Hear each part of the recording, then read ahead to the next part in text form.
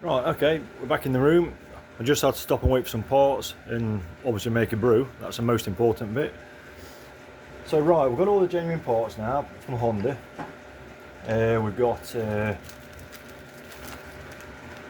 idler pulley, front cam chain sprocket, idler roller for the bottom, and a new cam chain, and we also have a genuine cam chain tensioner from Honda. So right, I'll start stripping all this stuff out. I've cracked everything off to save time for the sake of the video. So I'll start taking it apart, and I'll start with the cam sprocket. We've got to take the chain off anyway, but while that's still connected to the crank, it's easier to crack the bolt off, which I've already done. So I'll remove this, chain out, tensioner out, idler out, and there's a small, well, say small, it's a bit bigger, it's this one. This idler, there's a part number. That one, it sits just inside there. That bolt actually passes through the centre bush of that roller, so we need to take that out, roll this out from that side, which will probably have to come out with the chain. So I'll do that now, and we'll crack on.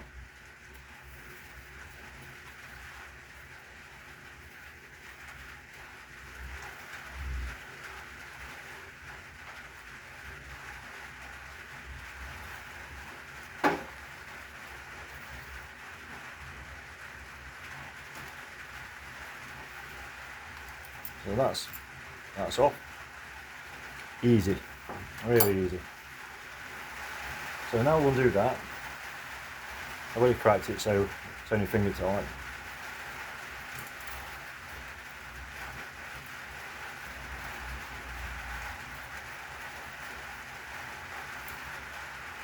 And don't forget, there's a copper washer behind there as well. So you need to make sure the copper washer goes onto the bolt. That shaft is what passes through the pulley itself, and obviously it threads into the barrel.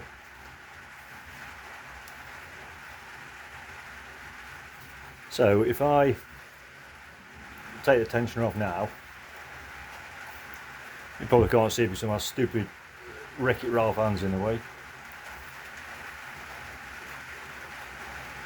It's really difficult to work a motorbike sometimes when you've got hands the size of these. Absolutely enormous. Right, okay, so that comes out in one assembly. You need to reuse the bush, the washer and the bolt. So just put those to one side for a minute.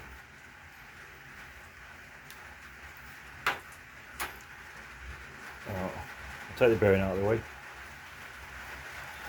Right, so now we can take this off, and that should pull out that pulley from the inside, which is there, that one, that roller. So we're not reusing that, we've got a new one. We're not reusing the cam chain because we've got a new one.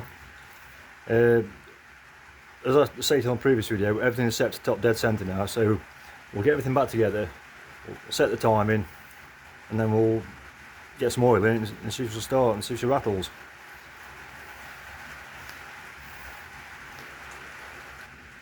Right, that's everything out, everything removed apart from this bottom pulley there. We'll do that one now, and then we can start the rebuild, putting everything back together again. We'll find the right Allen key for it. I believe it's that one. Right, we'll just crack that off.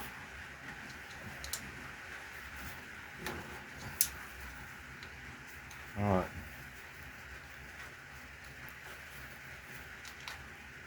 It's only really the cam chain tension that's worn. Everything else doesn't look too bad, but when you get the genuine kit from Honda, for the sake of like 60 quid plus bits and bobs for the gaskets and such like, it's pointless not changing everything. You know, the cam chain, you may as well change a whole lot as a kit. So there's the old pulley, that's going. Brand new one. A spot of oil inside. Help it on its way. put the bolt back through the centre, and that can be remounted in there.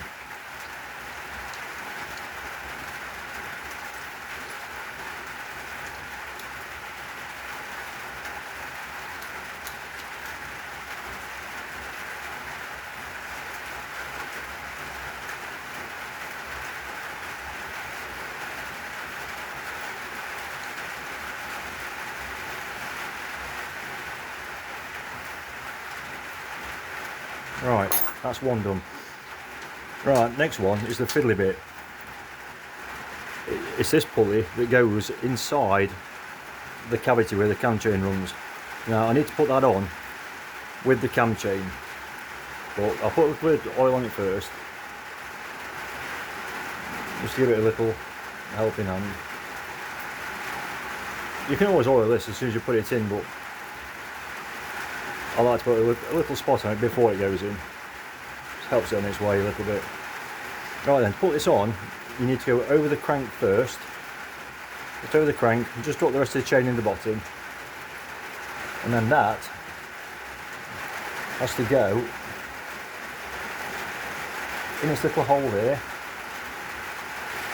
It's quite awkward because you've got to try and hold it in place with your fingers at the same time as lining up the centre for the bolt. Which I will get there eventually. But like I said before, I've got really big hands and really big fingers, and I find it really difficult to sort of navigate my way around inside of small engines like this.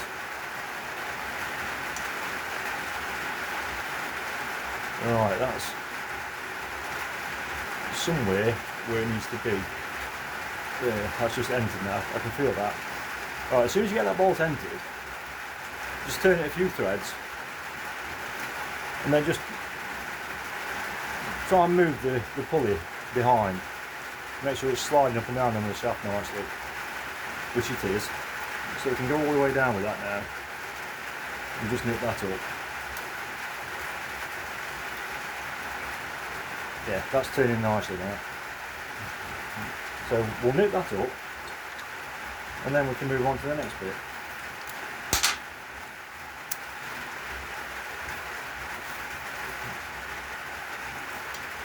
Alright. Okay. That's located beautifully. Right then. This is where a pick is your friend, because you'll need to get the pick inside where the cam sprocket goes and get hold of the chain and hook the chain back and pull it back towards the front.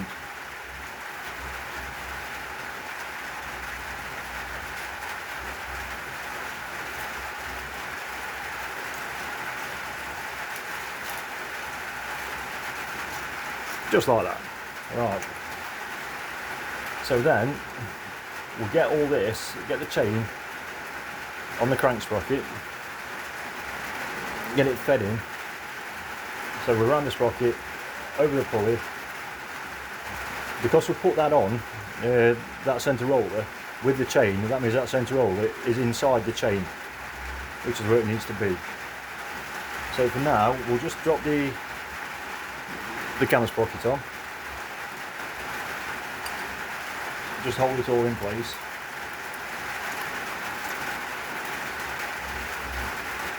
Which is easy said than done. This job's not difficult, it's just quite fiddly.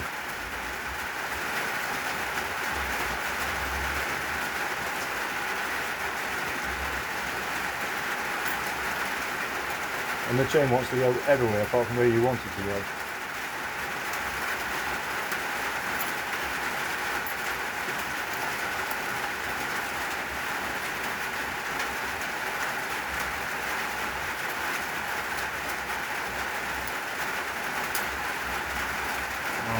Try and get the chain onto the new sprocket.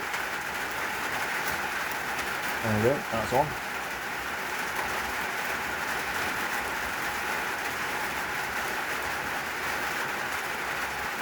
Now you get that lined up with a notch. You can't get this front sprocket wrong because there's actually a detent in the end of the cam. Just that little finger there slots into the detent, so you cannot put that on in the wrong orientation. Oh, we'll just got the bolt in for now. Just hold it in place. Okay. Right, and now we'll put the new tensioner arm in. I'll lift a spot of oil on it again.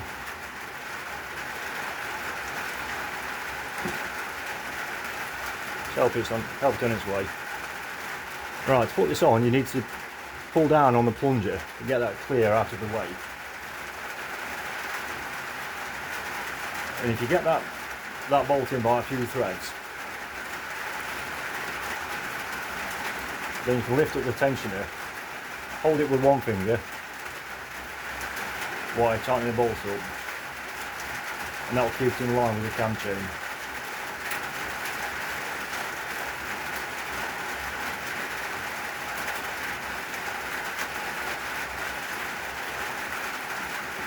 Right, that's it, that's in. Wow, that is so much better already. That's a lot better. Right, so what next? We need to tighten these up.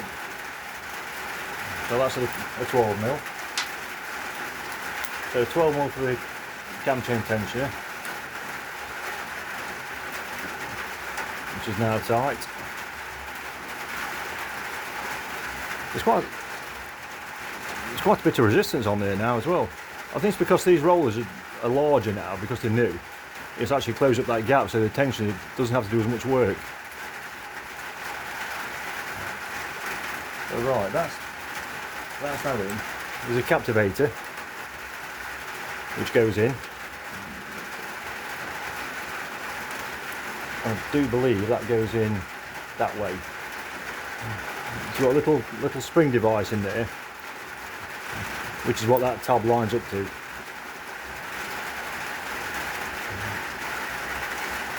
But if you're not sure which way around it goes, just, you know, if you've taken it off and put it down for a few days and forgotten where it goes, just remember that everything's got a shape. That shape follows the castings. It's got a little ear that pops up to cover that spring, and the bolt's self-explanatory. So you can only get it in one way really. So I'll get that back in as well. That's a 10mm, so we'll nip that.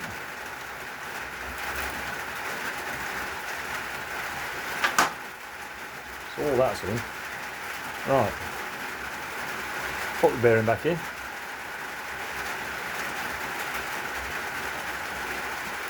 And I can't stress to you how important it is for cleanliness. You know, make sure everything is squeaky clean.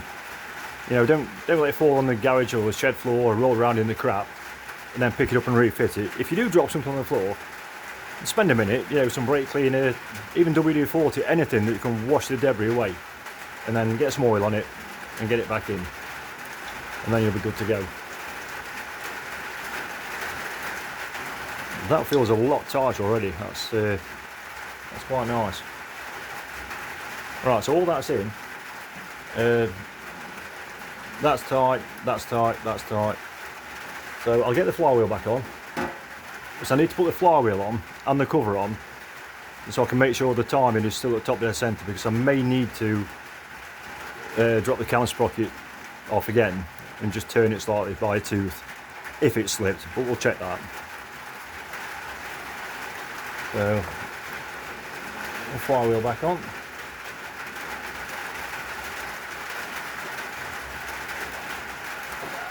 It doesn't want to go.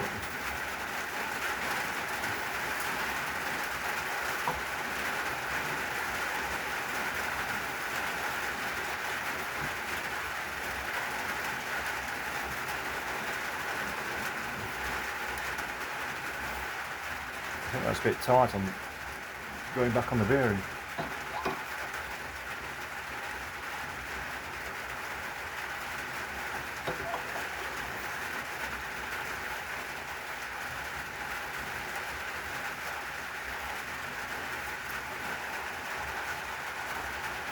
There we go. Yeah, that's lined up. Lined up beautifully. Right. What I'm going to do is I'm going to have my cup of coffee, pop the nut back on, get the cover back on, and then we can have a look at the timing and see where we are with that. So I'll be back in a minute. Right then, flywheel's back on.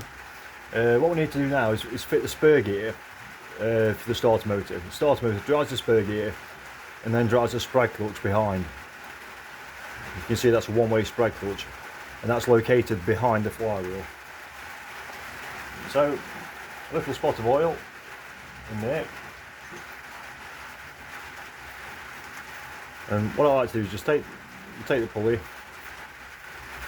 There's no orientation for this, there's no timing to worry about on this, so it can just go in wherever it fits. So that's in. Put the shaft in, and then the spacer. So that's all connected up now. The spur gear from the starter motor that drives the spread clutch. So right, now I'll get the cover on and we can check the timing. Just one more thing to note, eagle eye viewers will notice I've not used a genuine Honda gasket on this. The reason for that is I can get one, but I don't like to pay the money because basically it's just a gasket, it's a paper gasket, and I've got a massive sheet, 2 meters by 1 meter sheet of flexoid gasket paper underneath my living room rug. Lay flat on the floor, whatever I need, take a chunk off and make my own gasket. It's so easy. I may do a video about that later in the future, about making gaskets. It's really easy, and it's a massive money saving idea. So might look into that into the future. Right, that's timed up. I'll bring you around so I can show you. Inside, I'm still on the tripod, it's a bit difficult. Inside there's your T-mark and your line for your timing for your crank. Line it with the indent on the crank cover. You go around to the front, you've got your little 0 mark, line up with the pointer for the cam. So now we know that that's timed up. That's timed up, top dead centre. So now we can get all the bolts back in, covers back on, and we can try it and see where we go. So I'll come back to you in a minute. Once I put the bolts in, I'm sure you don't want to see that. You've probably seen it 1,000 times already. Right, that's all the covers on, everything put back together. I've done the oil, I've changed the oil. I took the cover off the other side because it's got an oil spinner in there. So I've cleaned that out, cleaned the mesh out because it's like a filter screen as well. So that's been out. New gasket on that side, new gasket this side, topped up with oil. Yeah, let's give it a try. See what it sounds like. It sounded like a tractor before, it sounded terrible.